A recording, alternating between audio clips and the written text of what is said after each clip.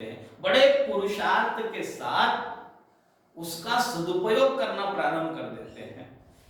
आपको अगर पता है कि कोई मूल्यवान रत्न आपकी अंगूठी में है, तो आप अंगूठी पहनने के बाद, ये पता होने के बाद भी कि वो अंगूठी में बहुत अच्छी तरह से जड़ा हुआ है, बहुत अच्छी तरह से पकड़ बनाया हुआ है, इसके बावजूद भी आप कम से कम दिन में 20 बार 50 बार उस रत्न को देखते हैं कि वो क्यों?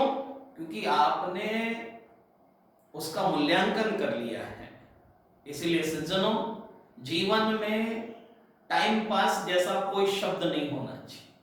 लॉकडाउन में आप फंसे पड़े हैं, बस चल रहा है, अब आजकल तो क्या है, क्या कुछ काम तो कुछ है नहीं, टाइम पास कर रहे हैं। टाइम पास नहीं करना है, उस टाइम का, उस अवसर का जो प्रकृति के द्वारा प्रदत्त है, ये प्रकृति के द्वारा प्रदत्त है, ये किसी का दिया हुआ नहीं है, इसका भी घर में बैठ करके सदुपयोग करना है। टाइम पास कर रहे, क्या निराश होकर के, क्या उदास होकर के, अरे बोर हो गए हम तो घर में बैठे बैठे। अरे भाई, आप बोर क्यों हो गए हैं? स्वाध्याय करो ना, जाप करो ना, ध्यान करो, प्रतिक्रमण करो, सामायिक करो, कुछ सामाजिक ऐसा लौकिक साहित्य है, पारलौकिक साहित्य है, उस साहित्य को पढ़ो। और साहित्य पढ़ने के लिए आपको आजकल तो कहीं किसी लाइब्रेरी में भी नहीं जाना, आपके पास में ऐसे ऐसे टेक्नोलॉजी है, आप घर बैठ करके जो पुस्तक पढ़ना चाहें, वो चाहे इंग्लिश में हो, चाहे हिंदी में हो, चाहे मराठी में हो, जो पुस्तक आप पढ़ना चाहें वो पुस्तक आप घर बैठ करके पढ़ सकते हैं। ग्रंथ पढ़ना चाहे ग्रंथ पढ़ सकते हैं। आप समझ रहे हैं? आपके पास, आपके हाथ में है सब कुछ, लेकिन क्या है, आपको केवल समय का सदुपयोग नहीं करना आ रहा है। टाइम पास वाली बात दिमाग से हटा दीजिएगा कि नहीं हम बोर हो गए हैं, मुझे ये शब्द अच्छे नहीं लगते हैं कि हम काम करते करते घर में बैठे बैठे और दरवाजे बंद है, खिड़कियां बंद है और बस ऐसी ही जिंदगी चल रही है, क्या करें समझ में नहीं आ रहा है। ऐसे हताश लोग बात करते हैं, और कभी कभी ऐसे हताश लोग इतने निराश हो जाते, इतने निराश हो जाते हैं कि ये लोग जीवन जीते हुए भी जैसे ऐसा लगता है कि जैसे मृत्यु को प्राप्त हो गए, मृतक के समान हो जाते हैं। थोड़ा सा कड़वा जरूर है, लेकिन उसको पचाने का साहस कीजिएगा।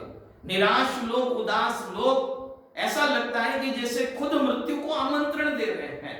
और जो वीर होते हैं, जो जागृत होते हैं, अगर मृत्यु भी सामने आ जाए तो उसका भी सामना करते हैं और अपनी वीरता का उदाहरण प्रस्तुत करते हैं। इसलिए आप निराश मत होइएगा। जो योद्धा होता है वो अंतिम समय तक, जब तक श्वास चल रही है, प्राण है, अंतिम समय तक सामना करता है, संघर्ष करता है। वो हार नहीं मान लेता है। और हम घर में बैठे बैठे क्यों हार मान रहे हैं? अभी जीवन में पता नहीं, ये जो अवसर आया हुआ है, इस अवसर के पीछे भी पता नहीं क्या कोई लाभ होने वाला हो।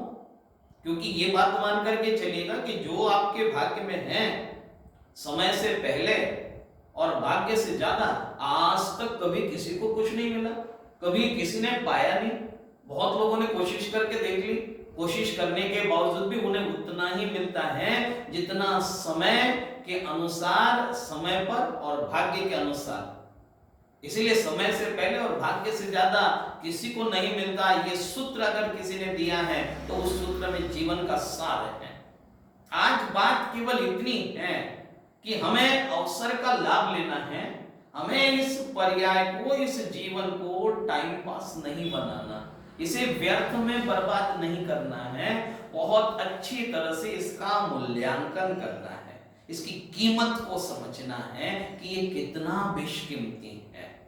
क्या होता है कि कभी कभी गलती से पदार्थ का मूल्यांकन नहीं कर पाते हैं, जब अपने हाथ में होता है तो पदार्थ का मूल्यांकन नहीं कर पाते, लेकिन वही पदार्थ जब किसी दूसरे के हाथ में जाता है तो फिर हमें लगता है कि अरे ये तो मैंने बहुत बड़ी गलती कर दी, ये तो मुझे ऐसा करना नहीं चाहिए था।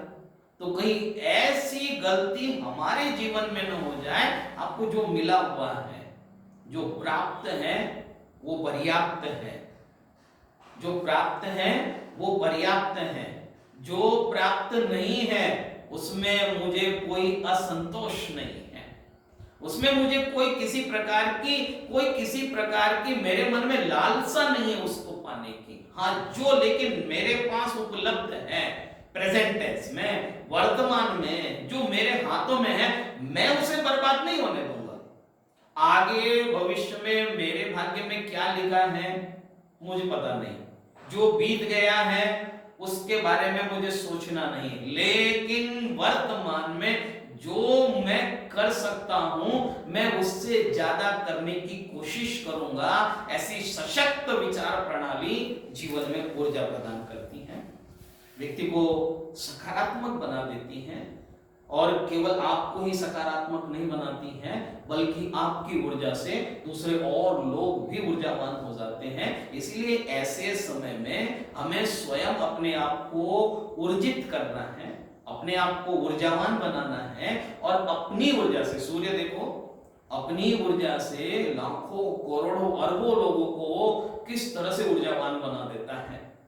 अगर कोई व्यक्ति चादर तान करके, कंबल ओढ़ करके सो रहा हो तो सूरज उसमें भी अपनी ऊर्जा पहुंचा करके उसके अंदर जो है जगमगाहट पैदा कर देता है कि जाग।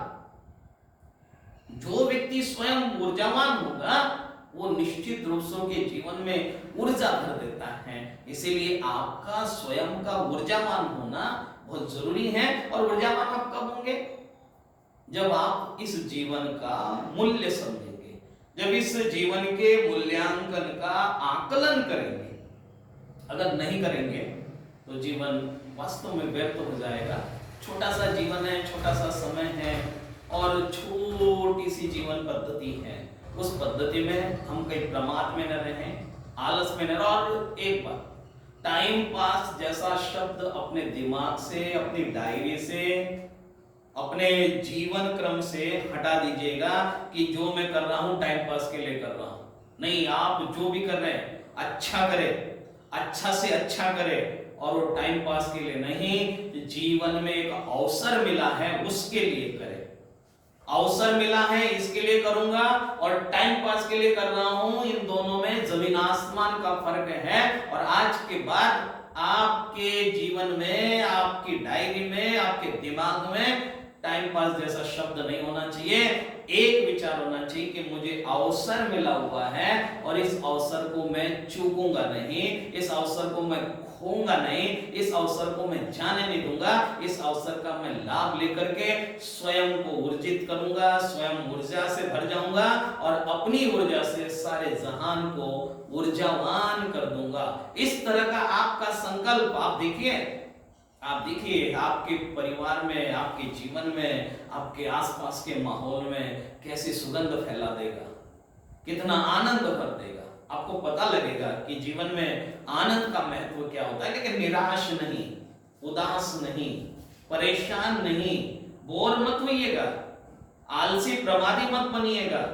सावधान रहिएगा, जागृत रहिएगा, सशक्त मजबूत रहिएगा और स्वयं अपने आप को सकारात्मक पद्धति के साथ में ऊर्जावान बनाइएगा। निश्चित रूप से पुनः टाइम पास का कोई काम नहीं, निराशा उदासीनता का कोई जीवन में कोई लेना देना नहीं। हाँ, बस अवसर मिला है, अवसर का लाभ लूंगा, कार्य करूंगा, अपने जीवन में स्वयं ऊर्जा पैदा करूंगा और अपनी ऊर्जा से दूसरे लोगों को भी पूरी तरह से जगमग कर दूंगा, आनंदित कर दूंगा, उनके जीवन में भी प्रकाश भर दूंगा। ऐसा आपका दृढ़ संकल्प ये लॉकडाउन के समय में भी आपको निश्चित रूप से तरोताजा बनाए रखने में बहुत बड़ी मदद करेगा। तो तरोताजा रहिएगा, फ्रेश रहिएगा, आनंदित रहिएगा, प्रसन्न रहिएगा, मुस्कुराते रहिएगा। निश्चित जीवन का आकलन, जीवन का मूल्यांकन, जीवन की कीमत आपको समझ में आएगी।